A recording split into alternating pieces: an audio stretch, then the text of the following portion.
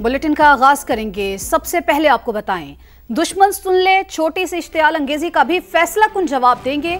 मुकद्दस सरजमीन के एक एक इंच की हिफाजत करेंगे। फील्ड मार्शल सैयद आसिम मुनीर की ललकार। पासिंग आउट परेड से खिताब में दुश्मन को खबरदार कर दिया कि दोबारा जारहियत की कोशिश की तो जवाब तवक्कुआत से कहीं ज्यादा सख्त होगा।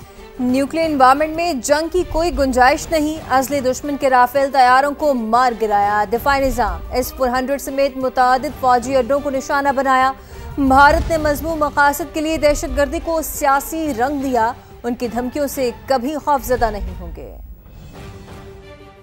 Recent display of the spirit and resolve of the armed forces of Pakistan during Marka-e-Haq, Operation Bunyan-u-Marsus, has further strengthened the trust and confidence of the people of Pakistan on the competence and far-reaching capabilities of its armed forces.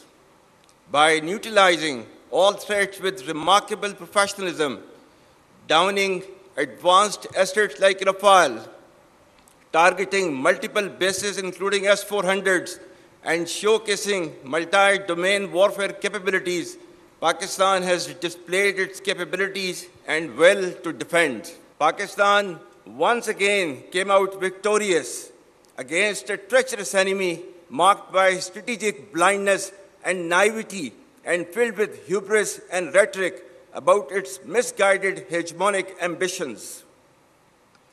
India's eagerness to adjudge culpability, evasion of neutral investigations, and staging self-created evidence was indicative of politicization of terrorism for vested interests of the ruling regime.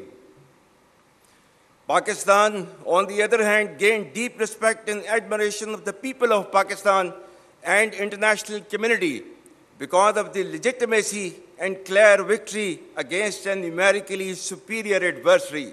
Let me assure the nation that with the help and mercies of Allah Almighty and support of people, we will not lose an inch of this sacred land. I advise and firmly caution the Indian military leadership that there is no space for war in a nuclearized environment. Settle the core issues with Pakistan as per the international norms on the basis of equality and mutual respect. We will never be intimidated nor coerced by your rhetoric and shall respond decisively beyond proportions to even a minor provocation without any qualms. Pakistan would respond much beyond the expectations of the initiators. With diminishing distinction between combat and communication zones, the reach and lethality of our weapon systems will shatter the misconceived immunity of India's geographic vastness. Pakistan में दहशतगर्दी के लिए अफगान सरजमीन का इस्तेमाल तशवीशनाक। तालिबान हुकूमत दायमी तशद्दुद के बजाय बाहमी तहफ़्फ़ुज़ का इंतखाब करे।